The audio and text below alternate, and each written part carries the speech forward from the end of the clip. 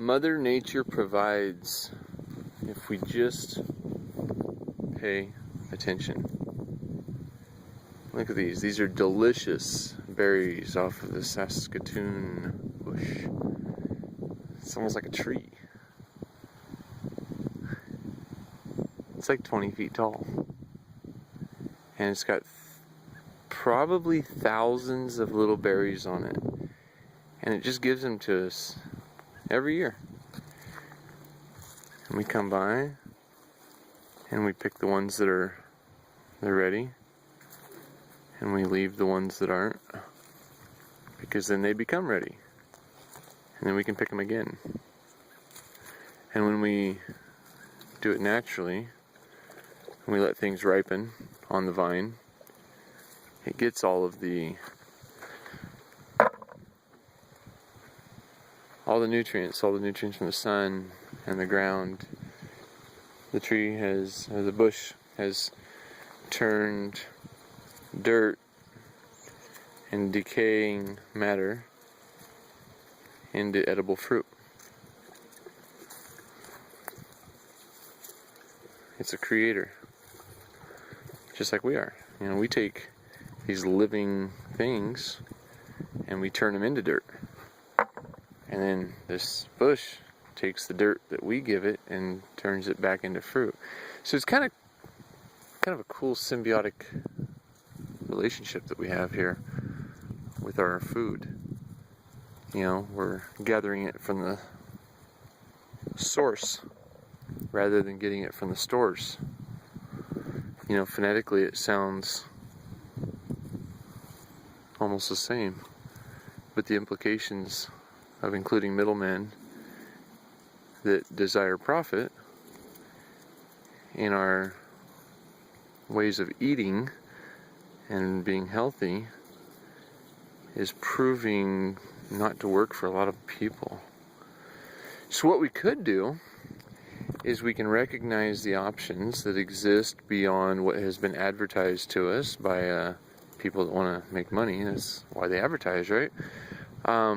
And you know, they've been shaping a culture that you're in, that we're living in, that if we blindly follow the suggestions of other people, we might be working to make them a lot of money at the expense of human well-being. I think most businesses actually started because they were interested in human well-being. They were able to provide a product or a service with more efficiency, and to remote regions that maybe couldn't produce such things. But now we've kind of stepped into what I call Backwardsville. And Backwardsville is a place where you pay for everything. You know, we're not even as smart as animals anymore, because animals don't really pay to exist. They don't need anything really. I mean, you know, they find food pretty much wherever they go. Sometimes it might be out of a trash can, but you know, we're humans. We can grow a garden, or we can, you know, do things a lot differently than animals do. I mean, we have an intelligence and an ability to communicate, and I mean, you know, we should be able to exceed past what animals are showing is possible. And I believe it's super to be human. I mean, we can take this product of the earth and turn it into a body. You know, we take these little things that we eat, or sometimes we use middlemen in that way too. You know, maybe we kill the bird that ate the berries and the bugs, and then we turn a bigger body, or turn them into a bigger body for us. You know, we are creators if we decide to act that way. I mean, we can also act as gross consumers, but I mean, at least when animals are living naturally in nature, they at least give their waste right back to the land. I mean, you know, most people are paying to have it piped away and then a corporation's making money off your poop, selling it to farms and stuff to grow food, because once all the parasites are out of your poop, then it becomes fertilizer and it becomes dirt. But people are so afraid of their poop that they use a couple of gallons of water every time they want to go to the bathroom, which, you know, they do that several times a day, because we eat several times a day, of course. That's how it's been advertised to us. You know, you got to break fast in the morning, because you always have to be eating. I don't really think we have to be eating all the time. I think it's just popular. It makes the grocery stores a lot of money if we're eating bowls and bowls and bowls of cereal with fruity pebbles and, and marshmallows and all these things that are questionably beneficial to our bodies. But you know, we keep getting what we pay for. So can you really blame somebody for offering a product that other people desire? Well, I mean, sure, you know. I mean, I used to be a plumber. And even though I think plumbing is helping to kill the world slowly, it's dehydrating it. It's not allowing our nutrients to flow back into the soil. It's wasting a lot of water to deliver it to a local or a centralized place for processing. And we are pumping water out of the land and not returning to it. And then all the water that's used to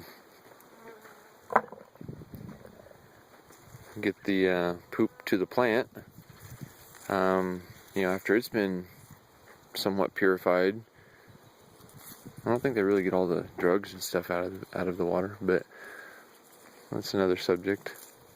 So then all that water goes right into the rivers, and then the rivers, they go to the oceans.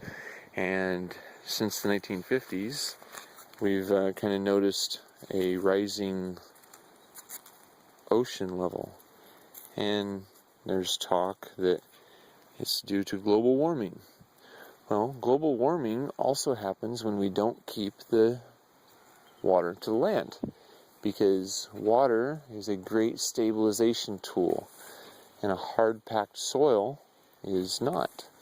So what happens is the water that should be in the soil has evaporated off, because there's hardly any mulch covering the ground, because people rake up their leaves and their grass every time it's mowed or it falls to the ground.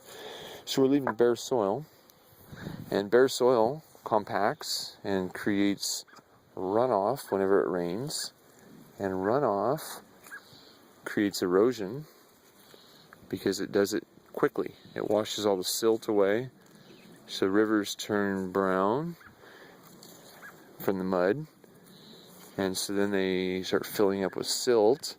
And that's not as good for the fish, and so fish populations fail. I mean, all we have to do is really pay attention to what the beaver has tried to teach us, and it's, you know, hold water to the land. If we hold water to the land, we're always Hoss, hey, I know. It's okay. It's okay. Sit down. Sit down. Sit down. Yeah.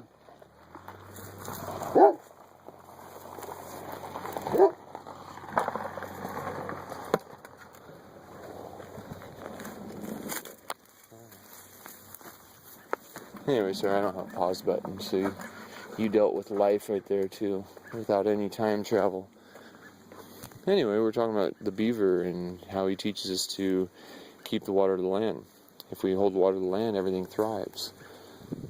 Aquifers are recharged to a point that we're able to springs naturally start flowing again that haven't flowed in hundreds or maybe even thousands of years. I think it's only been hundreds of years, because in the early 1800s there was a lot of beaver trapping and beaver killing, because it was popular in it was popular in Europe to have a beaver skin hat, of course. But then, of course, when the beavers were nearly eradicated, it's no longer popular, so we have to move to silk. So all the beavers were killed, so that way some fancy guy in a top hat could have a beaver skin hat and likely throw it away. Because, you know, his kids were like, Dad, I don't want no freaking beaver skin hat. That is so, that is so 1830s, okay? Come on. You know, but, you know, we've done a lot of things that are unnatural. And if we return to natural ways of being, I think that there's an intelligence in nature that allows us to thrive. And it just works naturally. I mean, these trees here, I didn't understand their benefit when I first moved here.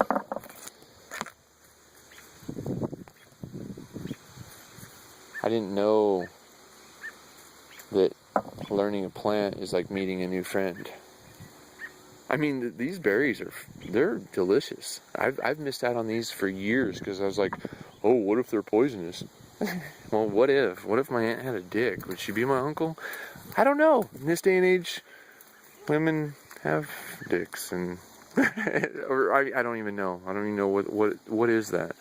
You're born one way. I think there's a balance to be had, but it's not meant. I don't think we're meant to be cutting off our penises to install vaginas and vice versa because we don't associate with that gender. I think we should be whoever we are, you know, not what society or our culture has taught us to be. Just be accepting. You know?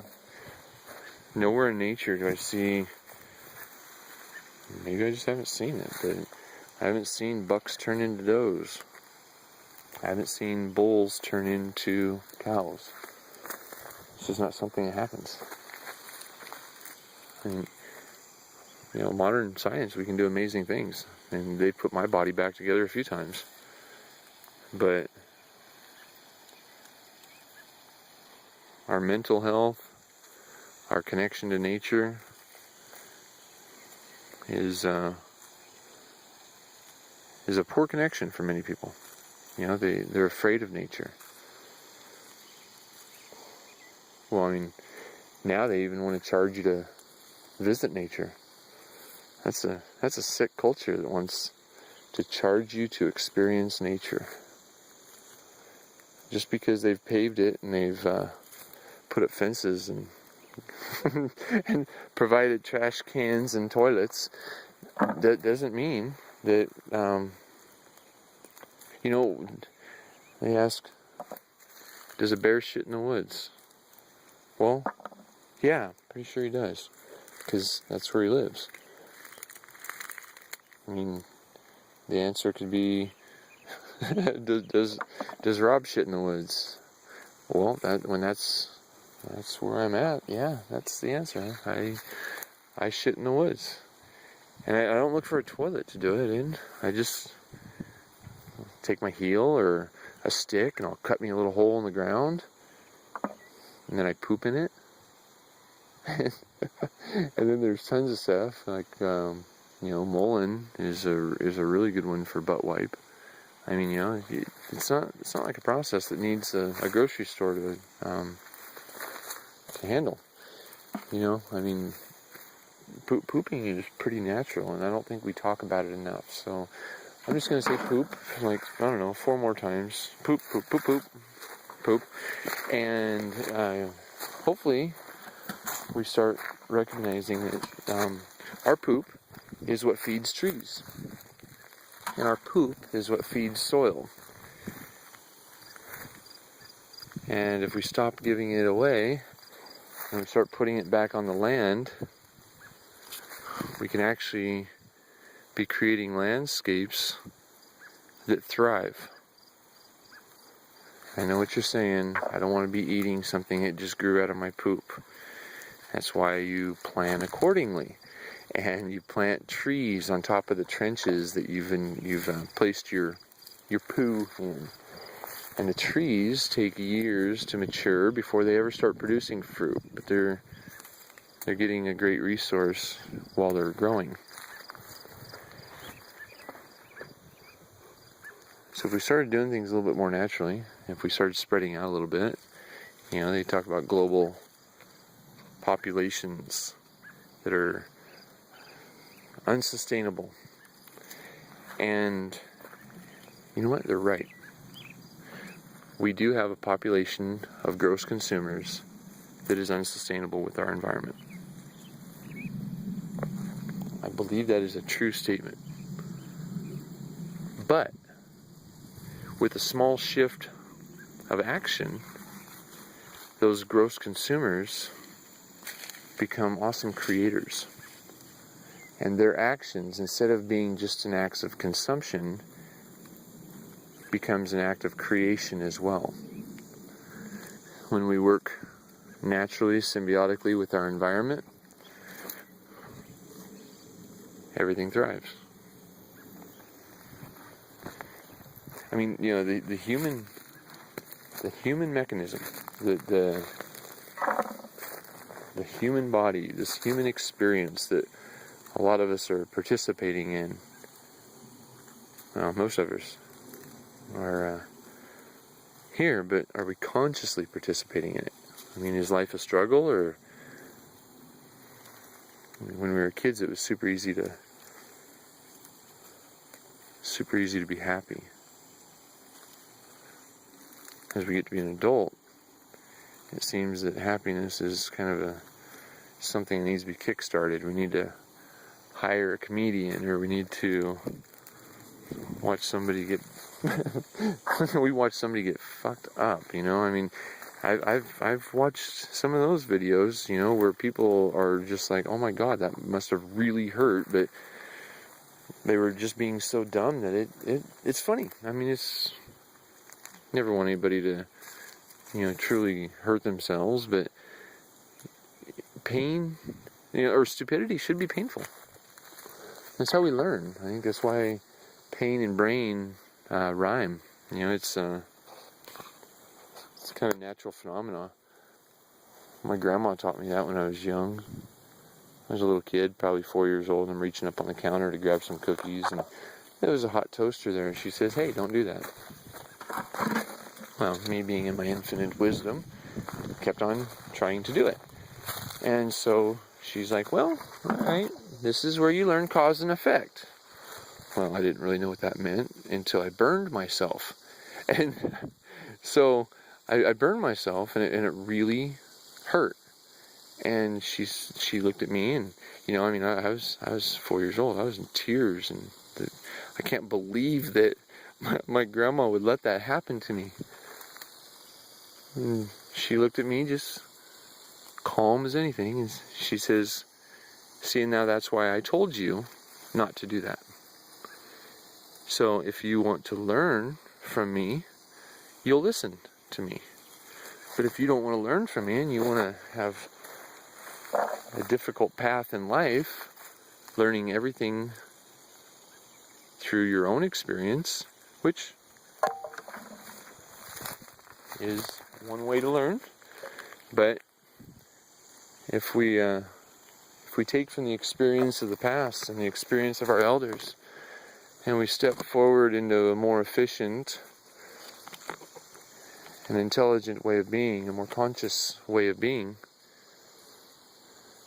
we could really thrive.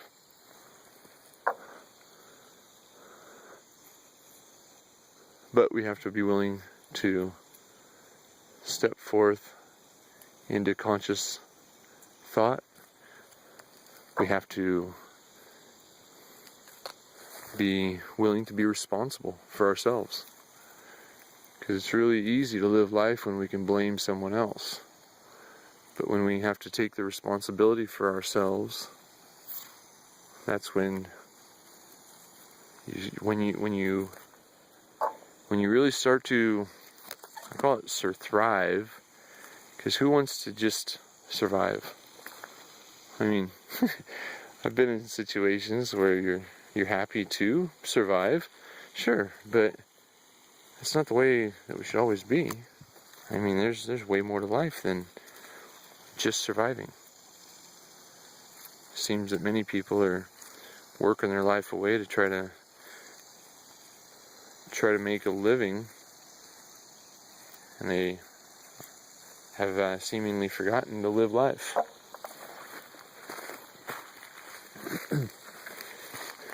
So if you've ever wondered why Saskatoon berries cost so much, it's because they take a long freaking time to pick, and there's a lot of energy involved. And if somebody else's energy is involved with getting something that you want, well, you can bet that it's going to cost you.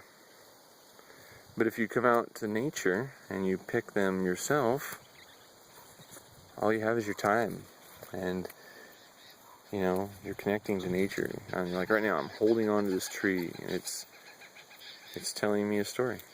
It's telling me a story of how to be flexible.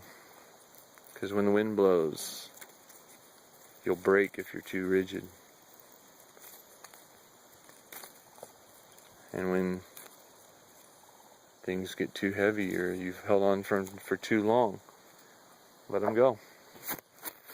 You know, some of these berries are on the ground because I haven't picked them quick enough. And the birds, they've not been as busy as they've been in the past. Maybe they said, oh, he finally got the message. These are some awesome berries. We're going to leave a couple of them for him this year. That will inspire this guy to plant a bunch more of these trees and start tending to them. These bushes, whatever. These are fortresses to an insect or a bird. But by us tending to the land and us planting trees. And you know, I mean, so many of these trees I haven't even had to plant. You know, the lady that had the property before me, she planted a lot of these trees, a lot of these Saskatoon bushes, and a lot of the ponderosa pine. But we've got, I don't know if you can see over there, we're gonna, this is not my normal camera. All those green spots down in that field over there, those are all elderberries. They're in low-lying sections. You know, some of those sections we have diverted water. You know, so like any water that falls on the land, it's diverted towards the bushes, towards the trees.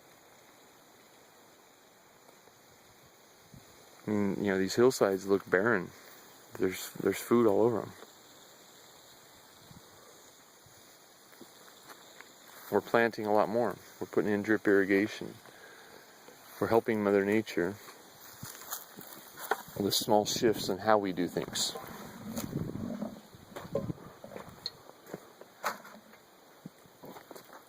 We plant more trees, we plant more bushes, we plant more fruit.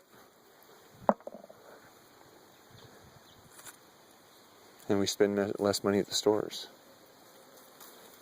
And our food is as close as a walk outside.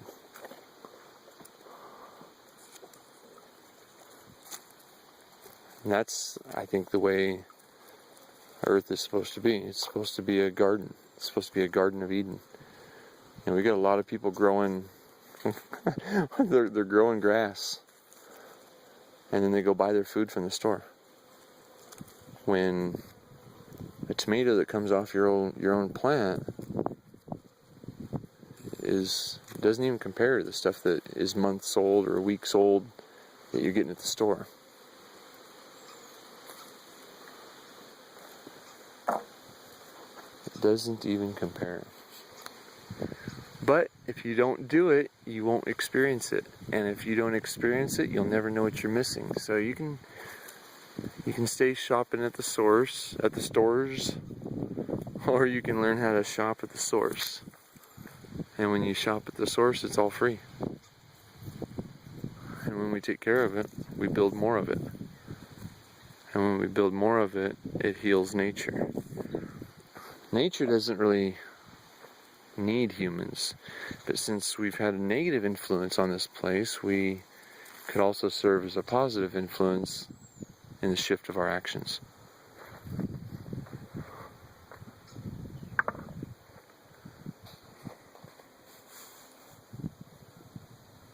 Anyways, this is Friday afternoon at Hawkshaven.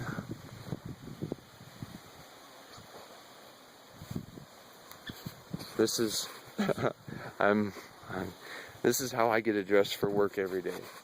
So I get to enjoy the sun, and I get to enjoy my life, and I get to do what I want to do with life instead of with somebody else telling me what to do.